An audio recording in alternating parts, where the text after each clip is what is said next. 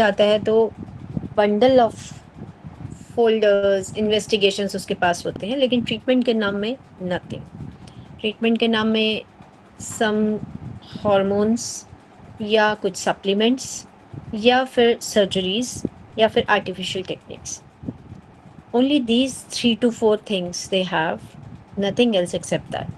But Ayurveda में we have lot of things जिसके through हम इस फर्टिलिटी रेट को तो अचीव कर ही सकते हैं, और साथ के साथ ही विदाउट एनी साइड इफेक्ट या without any kind of damage to the body उस अपने गोल को जो है सक्सेसफुली अचीव करके एक हेल्दी प्रेगनेंसी के साथ एक हेल्दी बेबी जो है, which is something the real investment we can से।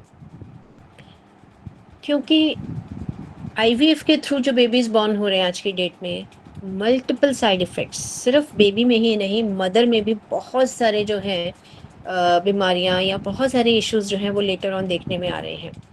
और बेबीज़ में भी या तो कोई ना कोई कंजेनाइटल डिफेक्ट, क्योंकि एग क्वालिटी अगर अच्छी नहीं है और किसी तरह हमने आर्टिफिशियल टेक्निक्स के साथ अगर उस फर्टिलिटी रेट को अचीव भी करा दिया तो कुछ ना कुछ उसमें इफ़ेक्ट्स जो आ रहे हैं।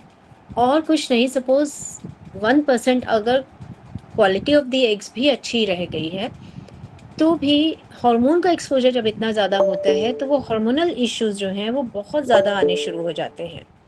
और जिसकी वजह से क्या होता है कि आज हम जैसे देख ही रहे हैं कि बहुत अर्ली एज में ही anger issues, anxiety issues, early age में diabetes, menstrual related disorders females में। तो इसका रीज़न कहीं ना कहीं यहीं से स्टार्ट हो जाता है, जहाँ पर इस तरह के फर्टिलिटी वाले ट्रीटमेंट्स जब एक कपल लेना शुरू करता है, चाहे वो मेल हो या फीमेल हो, क्योंकि उसी की वजह से आगे जब एग और एम्ब्रियो या एग या स्पर्म की हेल्थ जब अफेक्ट होती है और उससे जो एम्ब्रियो बनता है, तो डेफिनेटली उससे जो बेबी आगे बन रहा है उसमें वो सारे इश्यूज जो हैं वो जब प्यूबर्टी की एज आती है तो वहाँ से दिखाई देना शुरू होते हैं, बिकॉज वी ऑल नो वहाँ से बहुत सारे हार्मोनल लेवल के चेंजेस होते हैं। तो आयुर्वेद के थ्रू हम उस रेट को कैसे अचीव कर सकते हैं, हम ऐसे कैसे उस जर्नी को सक्सेसफुल बना सकते हैं, इसी के बारे में हम कुछ बेसिक जो है इस कोर्स में स्टडी करेंगे। तो आज के सेशन में हम some of the main things, simple definition of the fertility, Ayurveda उसको किस नज़र से देखता है, और क्या एक बेसिक एनाटमी होती है, because that is also something very important. हम छोटे से छोटे फैक्टर्स को अगर इग्नोर करके सीधा ही अगर हम बड़े ट्रीटमेंट पे जाना शुरू हो जाएंगे तो भी कभी कभी हम मिस कर जाते हैं। कभी कभी ऐसा होता है कि मेल या फीमेल आपके पास आते हैं, आपने सिर्फ फीमेल का ट्रीटमेंट कर दिया और मेल को इग्नोर कर दिया, तो भी वो ट्रीटमेंट हमारा 100% नहीं है। एंड कुछ एनाटमिकल डिफेक्ट भी कभी कभी होते हैं, अगर उनको भी हमने इग्नोर कर दिया तब भी हमारा ट्रीटमेंट जो है वो सक्सेसफुल नहीं होगा। जैसे आपको एक केस में बताती हूँ कि अभी कुछ दिन पहले ही मेरे पास एक फीमेल आई, सारे वो टेस्ट करवा के आई थी, सब कुछ ओके था, उसके पीरियड्स भी रेगुलर थे, बट इवन देन उसकी शादी को 2 से 3 साल, I think more than 2 years हो गए थे, और वो कंसीव नहीं कर पा रही थी। एज भी कोई बहुत ज़्यादा नहीं थी, 30s के अराउंड में थी। तो जब हमने उसका पीवी किया तो we were not able to just go through with the cervix, हमें वो सर्विक्स की ओपनिंग नहीं दिखाई दे रही थी, विजाइनल कैनाल भी ओके थी। फिर पीवी एग्जामिनेशन में समझ में आया कि एक सेप्टम है जो कि क्रिएटिंग लाइक अ डोर या wall between the uterus and the vagina, vagina और यूट्रस के बीच में एक सेप्टम था। तो वो सेप्टम को जब रिमूव करवा दिया गया तो she was able to achieve the healthy pregnancy. तो this is something anatomical defect. अगर हम वो नहीं देखेंगे, पीवी एग्जामिनेशन या इस तरह का एग्जामिनेशन नहीं करेंगे तो वी कैन इग्नोर। इसीलिए हम थोड़ा सा आज उसका ब्रीफ लेकर चलेंगे, ताकि हम किसी भी चीज़ को जो है साइड में नहीं करें, हर चीज़ को हर एंगल से जब हम लेकर चलेंगे, only then we will be able to give the 100% results। तो आयुर्वेदा जैसे हम सभी जानते हैं जो संपूर्ण आयु का ज्ञान कराता है वही आयुर्वेद है। और जैसे हम सभी जानते हैं हमारा शरीर पंच तत्वों से मिलकर बना होता है, यथा अंडे तथा ब्रह्मांडे। जो भी यूनिवर्स में हो रहा है वो सब हमारे शरीर के अंदर होता है। तो सबसे पहले तो जब आपके पास पेशेंट आता है इस तरह की प्रॉब्लम्स को लेकर, तो कंप्लीट हिस्ट्री, डिटेल में हिस्ट्री, आपको उसके चाइल्डहुड तक भी जाना पड़े तो भी आप कंप्लीट उसकी हिस्ट्री लीजिए। हिस्ट्री लेने में आप कोई भी पॉइंट मिस मत करिए जिसमें उसका चाइल्डहुड से लेकर अभी तक में पास्ट में क्या रहा, प्रेजेंट में क्या इश्यूज हैं, और कौन कौन सी मेडिकेशंस वो लेकर आई है। सारी चीज़ों को अच्छे से एनालाइज करिए और पॉइंट्स जो जो आपको लगते हैं कि ये उसके साथ इश्यूज हुए हैं उनको मेजर उसमें हाईलाइट करते चले जाइए।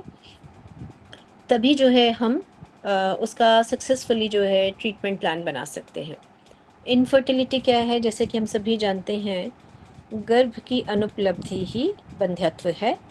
और इसमें भी हम एज के अकॉर्डिंग जो है हम डिवाइड कर लेते हैं। अ, हमारे पास अगर एक कपल आ रहा है with the age group of 25 से 30 वाला, तो उसमें हमें बहुत जल्दी रिजल्ट्स मिलते हैं अगर सारे फैक्टर्स ओके हैं, या कुछ थोड़े बहुत इश्यूज हैं भी तो भी उसमें हमारा जो लाइन ऑफ ट्रीटमेंट होता है या टाइम स्पैन होता है वो बहुत ही शॉर्टर हो जाता है। यही अगर एक हमारे पास 30 से 35 वाला एज ग्रुप आता है तो उसमें एक मॉडरेट हो जाता है। 35 से 40 वाले में या 40 प्लस वाले में थिंग्स बिकम कॉम्प्लिकेटेड, क्योंकि हम सभी जानते हैं जैसे जैसे एज बढ़ती जाती है वैसे वैसे हमारा शरीर जो है वो उस हेल्दी मोड में या उस रीजनरेटिव मोड में नहीं रह जाता। क्योंकि हम सभी जानते हैं at till the age of 25 years हमारा जो सेल्स है, हमारा जो शरीर है वो एक एक्टिव मोड पे होता है। 25 ऑनवर्ड से वो धीरे धीरे वो वाला मोड जो रीजनरेशन का मोड है वो कम होता चला जाता है, एंड डीजनरेटिव मोड जो है वो स्टार्ट हो जाता है 25 की एज से ही। और वही डीजनरेटिव मोड 35 में और ज़्यादा, 40 प्लस के बाद और ज़्यादा बढ़ जाता है। तो इसीलिए हमेशा जब भी आपके पास कोई कपल आ रहे हैं फर्टिलिटी के लिए तो एज ग्रुप के अकॉर्डिंग ही उनको अपने टाइम जो है वो टाइम फ्रेम उसको बताना है कि 3 मंथ्स, 6 मंथ्स या 1 ईयर। कभी कभी 2-2 साल भी लगते हैं, लेकिन जो पेशेंट्स फेथ के साथ, ट्रस्ट के साथ ट्रीटमेंट लेते हैं डेफिनेटली उनको रिजल्ट्स मिलते हैं। क्योंकि आयुर्वेद में हमेशा क्रॉनिक कंडीशन में ही हमारे पास पेशेंट्स आते हैं, बहुत जगह से इलाज करा कर हमारे पास पहुंचते हैं, चैलेंजेस लेकर आते हैं, उसके बावजूद भी आयुर्वेद के थ्रू हम उनको रिजल्ट्स दे पाने में सक्षम होते हैं। तो सबसे पहले तो हम सभी जितने भी आयुर्वेद के वैद्य हैं हम सब पे भगवान धन्वंतरी की ब्लेसिंग्स हैं। Always start your treatment by giving your all prayers towards the lord Dhanvantari ji. तो जब हमारे पास पेशेंट कम एज ग्रुप में आया है तो एटलीस्ट 1 ईयर तक अनप्रोटेक्टेड सेक्स के साथ उन्होंने ट्राई किया और फिर भी उनको अचीव नहीं हुई है प्रेगनेंसी, तभी आप टेस्ट करवाइए। और अगर कोई पेशेंट 35 से 40 एज ग्रुप में आ रहा है, बिकॉज आजकल लेट मैरिजेस भी हो रही हैं, तो लेट मैरिजेस हैं लेकिन वो प्लान कर रहे हैं और 6 मंथ्स हो गए हैं विदाउट यूजिंग एनी प्रोटेक्शन फिर भी कंसीव नहीं हो रहा है, तो उसमें हम उनको 1 ईयर के लिए नहीं बोलेंगे कि आप 1 ईयर ट्राई करिए। तो एज के अकॉर्डिंग जो है हमारे वो पैरामीटर्स चेंज हो जाते हैं। बिलो 30 में 1 ईयर, अबव 35 या 40 प्लस में तो फिर हम 3 to 4 मंथ्स में भी अगर नहीं हो रहा है तो उसके बाद हम अपना ट्रीटमेंट स्टार्ट कर सकते हैं। तो इस तरह से डिफरेंट डिफरेंट एज ग्रुप्स के according we always categorise the things. थोड़ा सा एनाटमी समझ लेते हैं। Anatomy and the physiology of the female reproductive organ, जैसे हम सभी जानते हैं एक्सटर्नली अगर स्टार्ट करें तो labia majora, then the labia minora which is a protection for the inner organs. देखिए नेचर ने कितने अच्छी तरह से प्रोटेक्शन दिया हुआ है हर चीज़ के लिए कि internal organs which are very crucial या डेलिकेट है उनको बहुत अच्छे से प्रोटेक्शन देते हुए वो अंदर तक गए हैं। तो सबसे पहले लेबिया मेजोरा है, माइनोरा है, उसके बाद जो है वेजाइनल कैनाल है।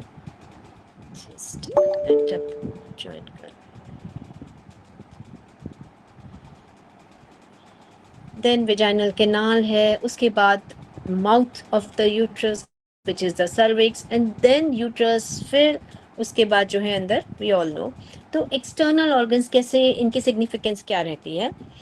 तो एक तो ये फैट्स का जो कलेक्शन है यहाँ पर, ये एक तो प्रोटेक्शन देते हैं, साथ ही साथ कभी कभी यहाँ पर भी अगर सपोज इन्फेक्शन हो गया है जिसके कारण बार बार वहाँ पर सिक्रीशंस आ रहे हैं, सिस्ट बन रहे हैं, जैसे कि Nabothian cyst which are very common, और कभी कभी बार्थलिन सिस्ट भी यहाँ पर बन जाता है। तो अगर इन्फेक्शन की टेंडेंसी है और हमने उसको इग्नोर कर दिया तो भी एक हेल्दी कंसीविंग नहीं हो पाती है, because this is the door. और एक एक्सटर्नल ओपनिंग ही अगर इन्फेक्टेड है तो वहाँ से स्पर्म्स जो हैं वो हेल्दी वे में पेनिट्रेट नहीं कर पाएंगे, और जिसकी वजह से एक नेचुरल कंसेप्शन नहीं हो पाएगा। उसके बाद अगर हम इंटरनली जाते हैं, vaginal canal which is again a very very important, we can say the organ या कैनाल जो है, क्योंकि 3 to 4 सेंटीमीटर्स की जो विजाइनल कैनाल है, रिच वस्कुलेचर होता है यहाँ पर, and it is always very common कि वेजिनाइटिस हो गया, एक्यूट इन्फेक्शन हो गया, जिसकी वजह से भी क्या होगा कि एक natural pregnancy sorry natural pregnancy उसकी वजह से नहीं हो पाएगी। जैसे कभी कभी हमारे पास एक पेशेंट आए कि सिवियर वेजिनाइटिस, और काफ़ी सालों से उनको वो इशू था, और जिसके कारण जो है वो ट्राई तो कर रही थी बट कंसीव नहीं हो पा रही थी। और एलोपैथी में जो है उनको एंटीबायोटिक्स बार बार दिए चले जा रहे थे, वेजाइनल टैबलेट्स दी जा रही थी। उससे क्या हो रहा था कि फॉर द टाइम बिंग तो इन्फेक्शन कंट्रोल हो रहा था, लेकिन वो इतना डीप सीटेड हो गया था इन्फेक्शन, जिसकी वजह से वहाँ पर स्पर्म्स जो हैं वो वहाँ पर जाकर इनएक्टिव मोड पे आ जा रहे थे, बिकॉज इन्फेक्शन था वहाँ पर, और ऑर्गेनिज्म की ग्रोथ हो गई थी स्टेगनेंट। और जब हमने आयुर्वेद के थ्रू उसको ट्रीट किया तो she was able to conceive naturally, जो कि एलोपैथ में उनको मना कर दिया गया था कि आप नेचुरली कंसीव नहीं कर सकते, और अगर कंसीव हुआ भी तो because of this infection baby में कुछ इश्यूज आ सकते हैं। सो वेजाइना की हाइजीन और वहाँ की हेल्थ को भी बहुत ही इम्पोर्टेंस देनी है। उसके लिए हमारे पास बहुत सारे ट्रीटमेंट्स हैं, वो जब हम आगे ट्रीटमेंट प्लान में आएंगे उसमें डिस्कस करेंगे। तो हर पार्ट की कैसी कैसी सिग्निफिकेंस है वो मैं आपको समझाती जा रही हूँ। इसके बाद आते हैं सर्विक्स। जो सर्विक्स है, अगर सर्विक्स में भी कभी किसी तरह की इश्यूज आ जाते हैं, जैसे कभी इरोजन हो गया, सर्विसाइटिस हो गया, तो this is the main door. Cervical opening जो है, अगर सर्विक्स का माउथ में ही इश्यूज आ गए तो वहीं से स्पर्म ने इंटरनल जाना है, और जो हेल्दी क्वालिटी के स्पर्म्स हैं वो वहाँ से पेनिट्रेट करके जब अंदर फेलोपियन ट्यूब्स में पहुँचते हैं तो वहीं पर जाकर फर्टिलाइजेशन हो रहा है। इसलिए इन सब का हेल्दी होना बहुत इम्पॉर्टेंट है।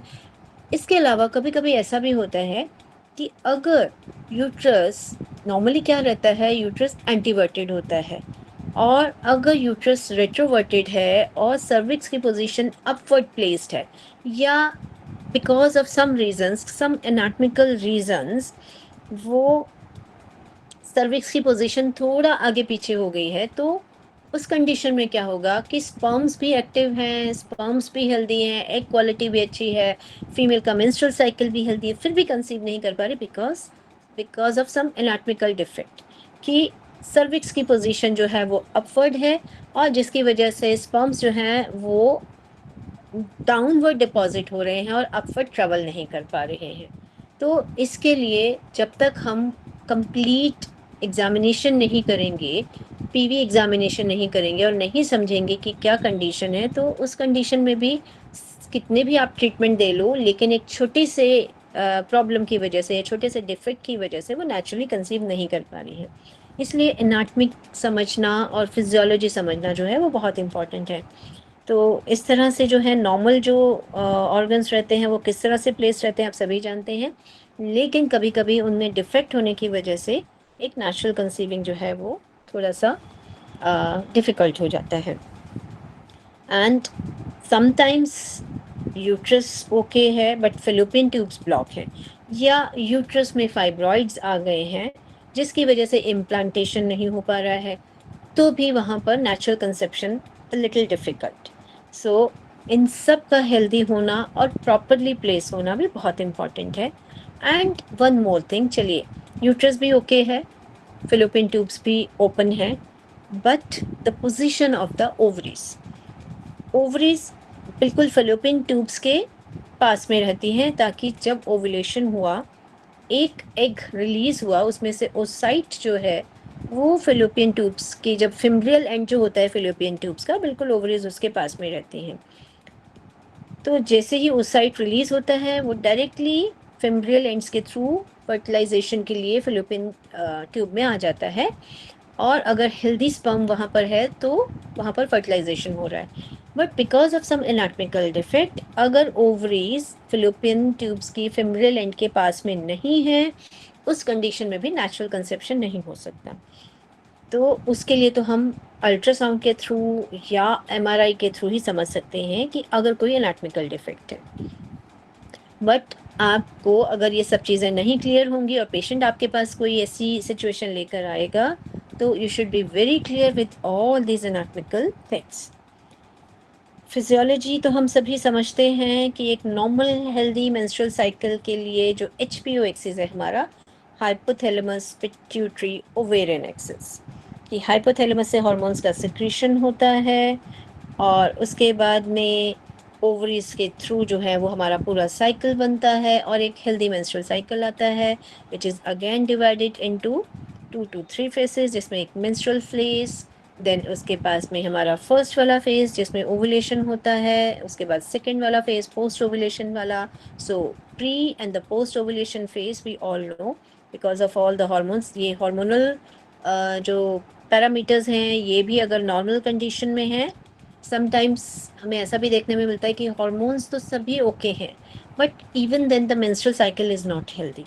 उस कंडीशन में हमें रूल आउट करना है कि ऐसा क्यों हो रहा है। समटाइम्स मेद का संचय, the menstrual cycle is not healthy, उस कंडीशन में हमें रूल आउट करना है कि ऐसा क्यों हो रहा है। समटाइम्स मेद का संचय भी रीज़न होता है, या कभी कभी पेशेंट बहुत एंजाइटी या स्ट्रेस में होता है, उस कंडीशन से भी पीरियड्स जो हैं वो आगे पीछे जाते हैं। सो नॉर्मल फिजियोलॉजी हम सभी को पता है कि हार्मोन्स जो हैं एफएसएच, एलएच, प्रोलेक्टिन, ये जो हैं रिस्पॉन्सिबल रहते हैं एक हेल्दी मेंस्ट्रुअल साइकिल को मेंटेन करने में। और अगर इनमें से कुछ भी आगे पीछे है, तो हमें अपने आयुर्वेद के कॉन्सेप्ट के हिसाब से चलना है कि कौन सा दोष, कौन सा धातु जो है इसके लिए रिस्पॉन्सिबल है, इंस्टेड ऑफ कि अगर ये हार्मोन ठीक से काम नहीं कर रहा तो हम इस हार्मोन को कैसे करेक्ट करेंगे। बट वो हार्मोन क्यों नहीं ठीक से काम कर रहा, पेशेंट की प्रकृति को जब हम देखेंगे समझेंगे, उसके हिसाब से जब हम दोष और दूसरे समोचना पे ध्यान देंगे, तो वहीं से हम चीज़ों को बैलेंस कर लेंगे। वो अभी हम आगे जब लाइन ऑफ ट्रीटमेंट डिस्कस करेंगे तो उसमें हम डिटेल में देख लेंगे। तो ये देखिए, ये हमारे आयुर्वेद में कहा गया है त्रैवर्ता योनि। त्रैवर्ता योनि क्यों कहा गया है, क्योंकि देखिए यहाँ पे प्रकृति ने किस तरह से इस डेलिकेट ऑर्गन्स को एक प्रोटेक्शन दिया हुआ है। फ्रंट में यूरिनरी ब्लैडर, बैक साइड में रेक्टम, और मिडिल में जो है यूट्रस रहता है, तो इसीलिए त्रैवर्ता योनि। तो कभी भी कॉन्स्टिपेशन वाले इश्यूज़ की वजह से अगर यूट्रस पे लोड पड़ रहा है, या कुछ यूरिन से रिलेटेड इश्यूज़ हैं, सपोज़ ब्लैडर में इन्फेक्शन हो गया या कुछ हो गया, तो उसकी वजह से भी जो है यूट्रस में इश्यूज़ आते हैं या कंसीविंग में इश्यूज़ आ सकते हैं। तो इसीलिए ये पेल्विक रीजन में सभी ऑर्गन्स का हेल्दी कंडीशन में रहना बहुत इंपॉर्टेंट है। अगर कंसीविंग नहीं हो रहा है या कुछ इश्यूज़ आ रहे हैं, तो आपको ये आगे पीछे भी ध्यान रखना है कि ब्लैडर में कुछ इश्यूज़ हैं तो पहले इनको रिजॉल्व करिए, या कुछ और रेक्टम से रिलेटेड इश्यूज़ हैं, क्रॉनिक कॉन्स्टिपेशंस हैं, डिपोजिशंस ऑफ कुछ और एलिमेंट्स हैं, तो उनको अगर करेक्ट करेंगे तो वहाँ से भी आप अपने गोल को अचीव कर सकते हैं।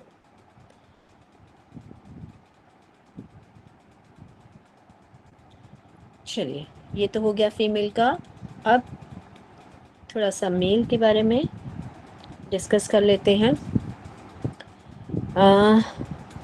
मेल ऑर्गन्स में भी हम सभी जानते हैं द पेनिस, इसके बाद में it is the scrotum and the whole external system जो है, it is connected through the nerves, the rich vasculature and इसकी जो फिजियोलॉजी है इट इज़ समथिंग कि यूरेथ्रा जो है it is the common passage for both like the passage of the urine as well as for the passage of the semen. तो दोनों का जो है सेम ही रहता है। तो उस कंडीशन में कभी कभी अगर यूरिन इन्फेक्शन भी हो गया है तो उसमें उस कंडीशन में ये रहता है कि इन्फेक्शन जो है वो सेमन तक जा सकता है। तो it is always better to maintain the hygiene to protect everything so that semen के पैरामीटर्स जो हैं किसी भी तरह से अफेक्ट ना करें। तो वी ऑल नो कि किस तरह से जो है the testis inside the scrotum testis they are placed, वहाँ से प्रोडक्शन होता है स्पम्स का, हेल्दी स्पम्स का प्रोडक्शन रहता है। मेल पैरामीटर्स में भी क्या होता है कि अगर हमारे पास सपोज मेल पेशेंट आ रहा है और उसके सेमेन पैरामीटर्स अच्छे नहीं हैं, तो instead of just working on improving the semen quality या काउंट्स को बढ़ाने के लिए अगर हम कुछ शुक्रवर्धक दे देते हैं, फिर भी अगर वो काम नहीं करता है तो इस केस में हमें कंप्लीट एनालिसिस करने की ज़रूरत होती है। कंप्लीट एनालिसिस हम कैसे करेंगे? उसके हार्मोन्स के भी टेस्ट कराएंगे एज वेल एज अल्ट्रासाउंड कराएंगे, because now it is varicocele भी बहुत कॉमन है।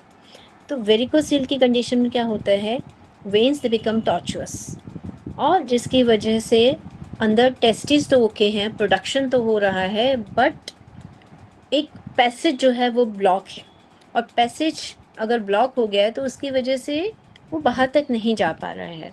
तो जब हम उसको करेक्ट करते हैं तो वहाँ से हमें रिजल्ट्स मिलना शुरू हो जाते हैं।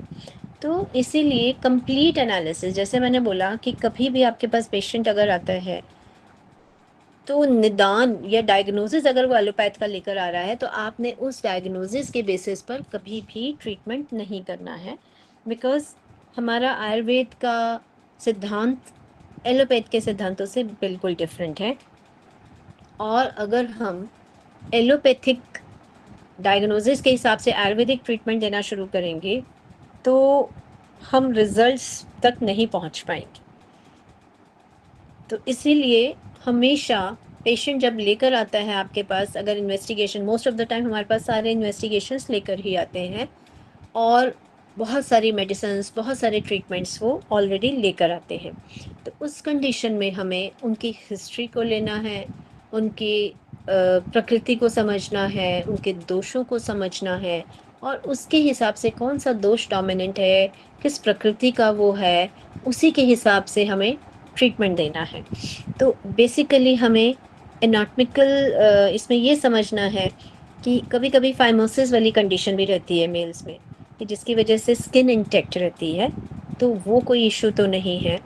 या इसके अलावा कोई क्रॉनिक यूटीआई वाले इश्यूज तो नहीं रहे हैं, क्योंकि कभी-कभी अगर सीमेन में भी पस्टल्स दिखाई दे रहे हैं तो उसका रीज़न कहीं कोई क्रॉनिक इन्फेक्शन, यूटीआई या किसी तरह का कोई और इन्फेक्शन तो नहीं है, उसको असेस करना है। वेरिकोसील की कंडीशन तो नहीं है, उसको असेस करना है। वर्किंग एनवायरनमेंट किस तरह का है? कभी-कभी ऐसा भी होता है कि अगर किसी ऐसे एनवायरनमेंट में काम कर रहे हैं कि जहाँ पर हीट बहुत ज़्यादा है, तो उसकी वजह से भी सीमेंट की क्वालिटी पर असर पड़ता है। तो ये सारी चीज़ें देखनी है। एनवायरमेंटल फैक्टर्स क्या हैं? स्ट्रेस बहुत ज़्यादा तो नहीं है, उस कंडीशन में भी सीमेंट पैरामीटर्स जो हैं वो सफ़र करते हैं। तो इन सारी चीज़ों को ध्यान में रखते हुए हमें धीरे-धीरे जो है उसको समझना है और उसके साथ आगे चलना है।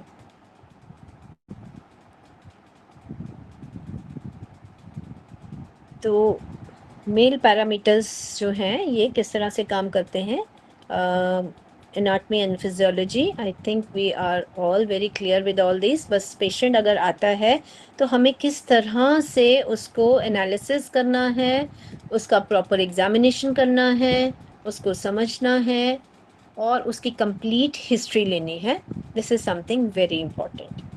तो अब डिस्कस करते हैं थोड़ा सा कि शुद्ध आतफ क्या होता है और उसके लक्षण क्या होते हैं।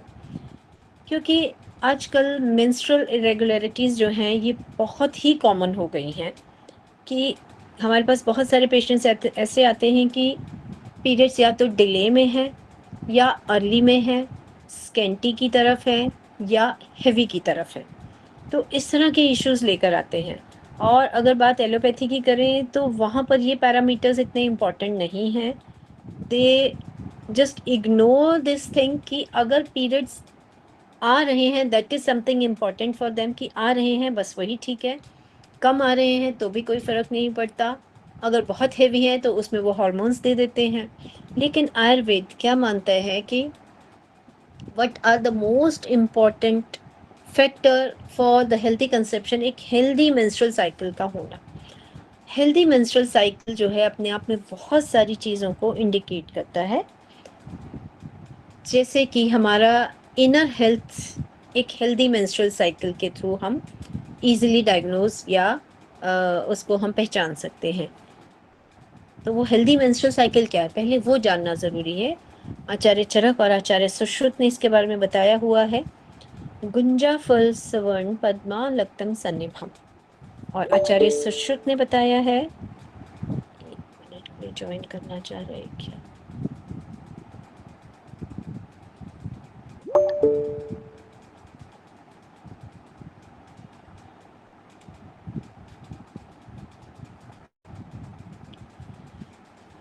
तो चरक ने बताया है, आचार्य चरक ने बताया है, गुंजा फल सवर्णम पद्मा लक्तम सन्निभम।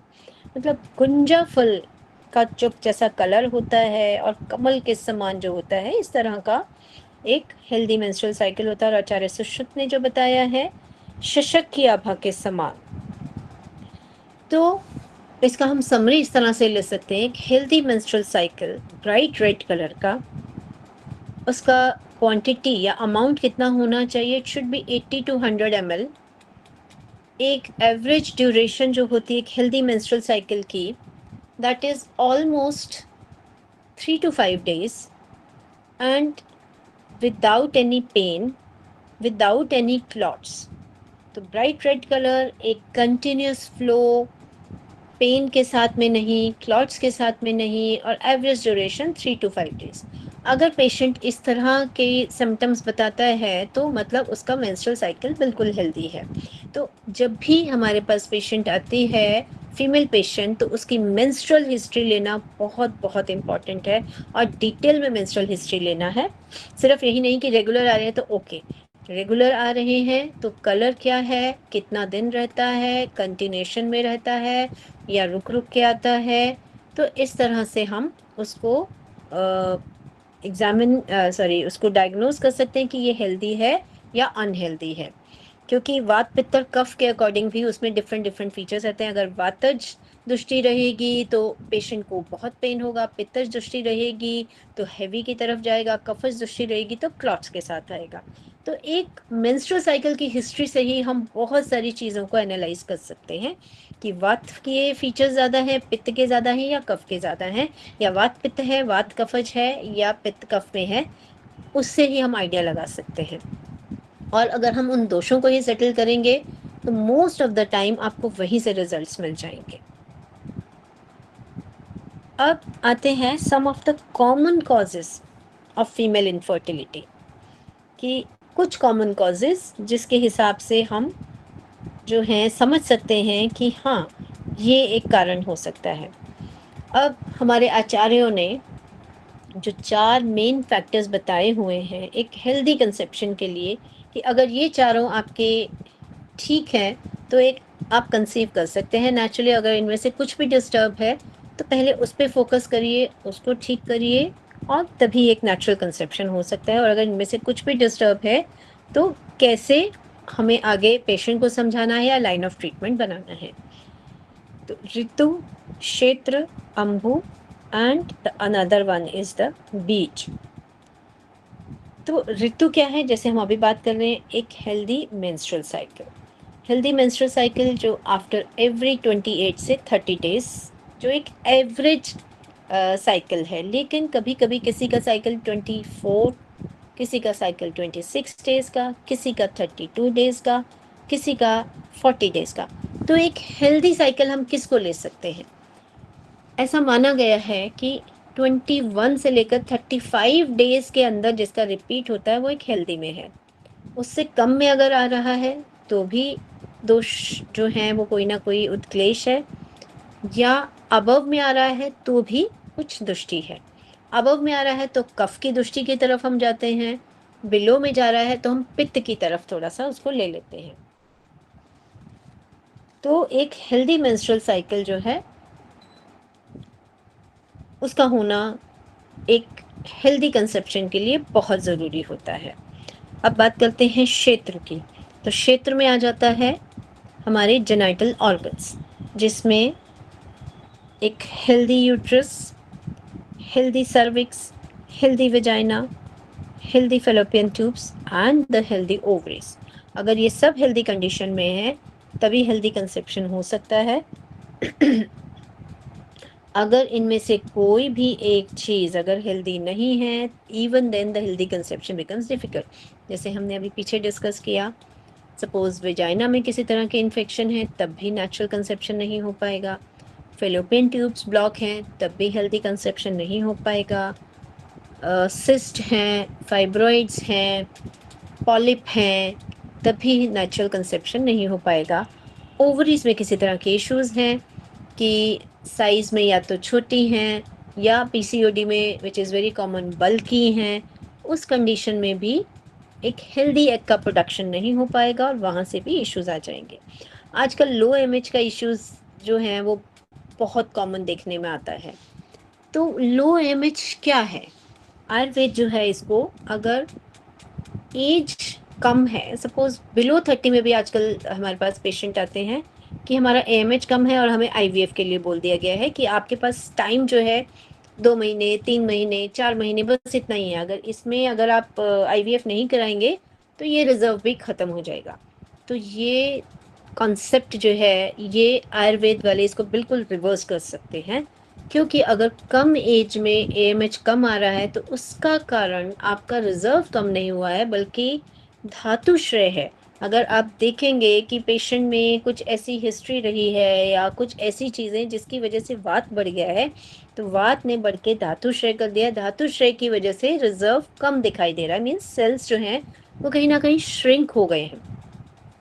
जब हम ट्रीटमेंट करते हैं, दोबारा से सेल्स अपने रिवाइव करते हैं, तो वो रिजर्व दोबारा से बढ़ जाता है। जबकि एलोपैथ में ऐसा कॉन्सेप्ट बताया गया है कि एएमएच कभी भी नहीं बढ़ सकता, लेकिन आयुर्वेद में ऐसे हमारे पास बहुत सक्सेसफुल केसेस हैं। एएमएच बहुत कम से नॉर्मल पे आया एंड पेशेंट ने सक्सेसफुली कंसीव किया है। तो जी मैम, हाँ जी, एक बार प्लीज रिपीट कर दो टॉपिक। कौन सा वाला? ये जी, ओवरीज का जो मैं बता रही हूँ ईएमएस वाला क्षेत्र। मैम।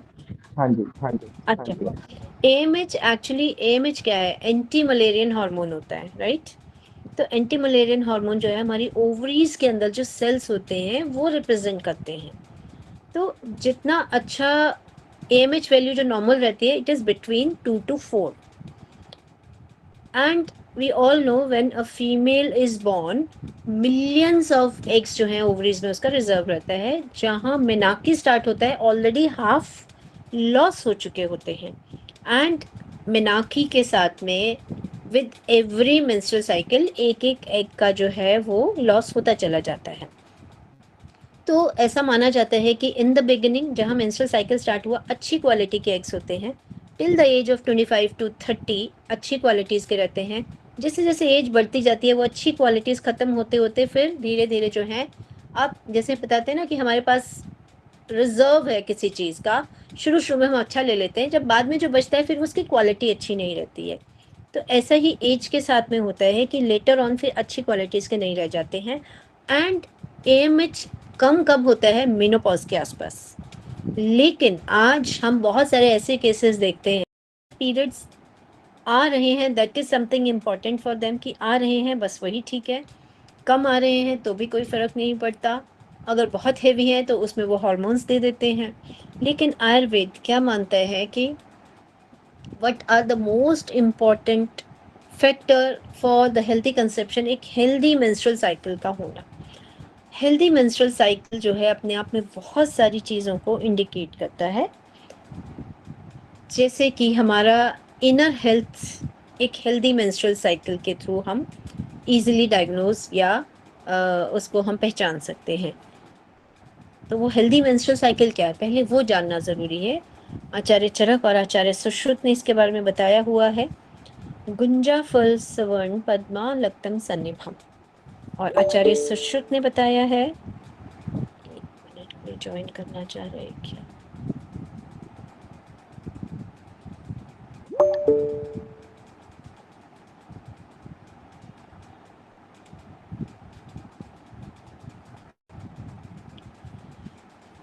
तो चरक ने बताया है, आचार्य चरक ने बताया है, गुंजा फल सवर्णम पद्मा लक्तम सन्निभम, मतलब गुंजा फल का जो जैसा कलर होता है और कमल के समान जो होता है, इस तरह का एक हेल्दी मेंस्ट्रुअल साइकिल होता है। और आचार्य सुश्रुत ने जो बताया है, शशक की आभा के समान। तो इसका हम समरी इस तरह से ले सकते हैं, एक healthy menstrual cycle bright red colour का, उसका क्वांटिटी या अमाउंट कितना होना चाहिए, it should be 80 to 100 ml।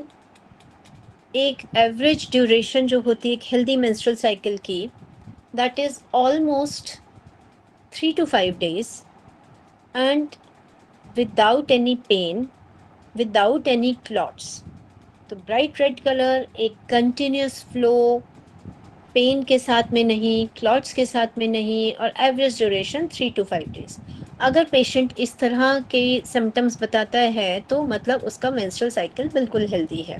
तो जब भी हमारे पास पेशेंट आती है फीमेल पेशेंट, तो उसकी मेंस्ट्रुअल हिस्ट्री लेना बहुत बहुत इम्पॉर्टेंट है, और डिटेल में मेंस्ट्रुअल हिस्ट्री लेना है।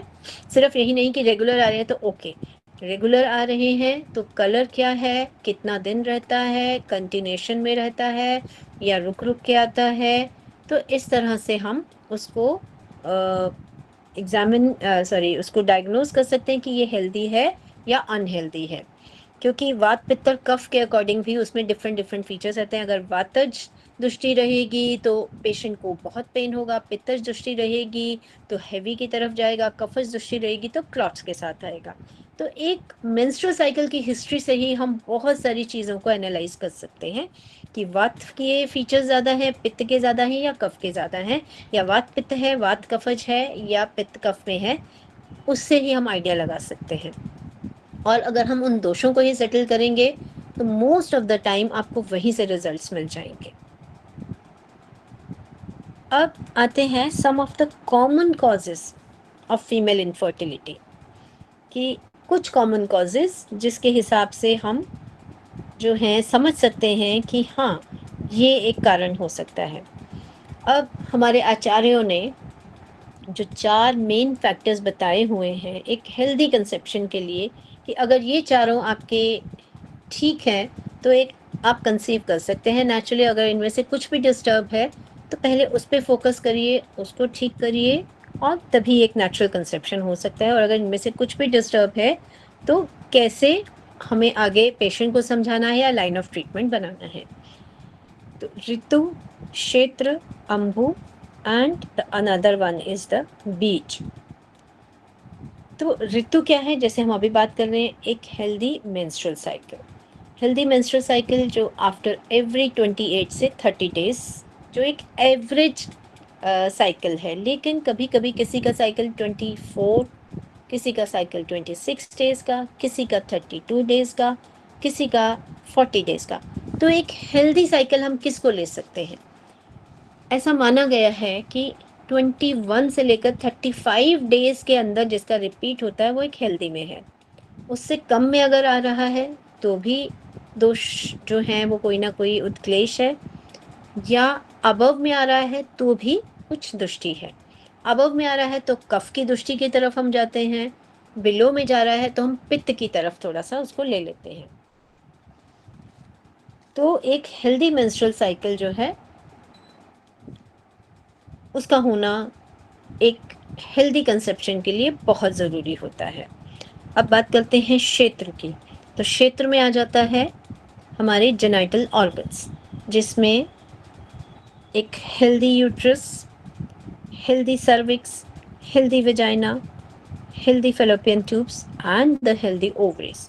अगर ये सब हेल्दी कंडीशन में है तभी हेल्दी कंसेप्शन हो सकता है। अगर इनमें से कोई भी एक चीज़ अगर हेल्दी नहीं है, even then the healthy conception becomes difficult. जैसे हमने अभी पीछे डिस्कस किया, सपोज वेजाइना में किसी तरह के इन्फेक्शन है तब भी नेचुरल कंसेप्शन नहीं हो पाएगा। फेलोपियन ट्यूब्स ब्लॉक हैं तब भी हेल्दी कंसेप्शन नहीं हो पाएगा। सिस्ट हैं, फाइब्रॉइड्स हैं, पॉलिप हैं, तब भी नेचुरल कंसेप्शन नहीं हो पाएगा। ओवरीज में किसी तरह के इश्यूज हैं कि साइज में या तो छोटी हैं या पीसीओडी में विच इज़ वेरी कॉमन बल्की हैं, उस कंडीशन में भी एक हेल्दी एग का प्रोडक्शन नहीं हो पाएगा और वहाँ से भी इश्यूज आ जाएंगे। आजकल लो एमएच का इश्यूज जो हैं वो बहुत कॉमन देखने में आता है। तो लो एमएच क्या है? आयुर्वेद जो है इसको, अगर एज कम है, सपोज बिलो 30 में भी आजकल हमारे पास पेशेंट आते हैं कि हमारा एएमएच कम है और हमें आईवीएफ के लिए बोल दिया गया है कि आपके पास टाइम जो है 2 महीने, 3 महीने, 4 महीने, बस इतना ही है। अगर इसमें अगर आप आईवीएफ नहीं कराएंगे तो ये रिजर्व भी ख़त्म हो जाएगा। तो ये कॉन्सेप्ट जो है ये आयुर्वेद वाले इसको बिल्कुल रिवर्स कर सकते हैं, क्योंकि अगर कम एज में एएमएच कम आ रहा है तो उसका कारण आपका रिजर्व कम नहीं हुआ है बल्कि धातुश्रेय है। अगर आप देखेंगे कि पेशेंट में कुछ ऐसी हिस्ट्री रही है या कुछ ऐसी चीज़ें जिसकी वजह से वात बढ़ गया है, तो वात ने बढ़ के धातुश्रेय कर दिया। धातुश्रेय की वजह से रिजर्व कम दिखाई दे रहा है, मीन्स सेल्स जो हैं वो कहीं ना कहीं श्रिंक हो गए हैं। जब हम ट्रीटमेंट करते हैं, दोबारा से सेल्स अपने रिवाइव करते हैं, तो वो रिजर्व दोबारा से बढ़ जाता है। जबकि एलोपैथ में ऐसा कॉन्सेप्ट बताया गया है कि एएमएच कभी भी नहीं बढ़ सकता, लेकिन आयुर्वेद में ऐसे हमारे पास बहुत सक्सेसफुल केसेस हैं, एएमएच बहुत कम से नॉर्मल पे आया एंड पेशेंट ने सक्सेसफुली कंसीव किया है। तो जी मैम, हाँ जी, एक बार प्लीज रिपीट कर दो जरा टॉपिक। कौन सा वाला? ये ओवरीज जी, का जो मैं बता रही हूँ ईएमएस वाला क्षेत्र? मैम। हाँ जी, हाँ जी, हाँ अच्छा, जी। एएमएच एक्चुअली, एएमएच क्या है? एंटी मलेरियन हार्मोन होता है, राइट? तो एंटी मलेरियन हार्मोन जो है हमारी ओवरीज के अंदर जो सेल्स होते हैं वो रिप्रेजेंट करते हैं। तो जितना अच्छा एएमएच वैल्यू जो नॉर्मल रहती है, it is between 2 to 4। And we all know when a female is born, millions of eggs जो हैं ओवरीज में उसका रिजर्व रहता है। जहाँ मेनाकी स्टार्ट होता है ऑलरेडी हाफ लॉस हो चुके होते हैं, एंड मेनाकी के साथ में विद एवरी मेंस्ट्रुअल साइकिल एक एक एग का जो है वो लॉस होता चला जाता है। तो ऐसा माना जाता है कि इन द बिगिनिंग जहाँ मेंस्ट्रुअल साइकिल स्टार्ट हुआ, अच्छी क्वालिटी के एग्स होते हैं। Till the age of 25 to 30 अच्छी क्वालिटीज़ के रहते हैं। जैसे जैसे एज बढ़ती जाती है वो अच्छी क्वालिटीज़ ख़त्म होते होते फिर धीरे धीरे जो है, आप जैसे बताते हैं ना कि हमारे पास रिजर्व है किसी चीज़ का, शुरू शुरू में हम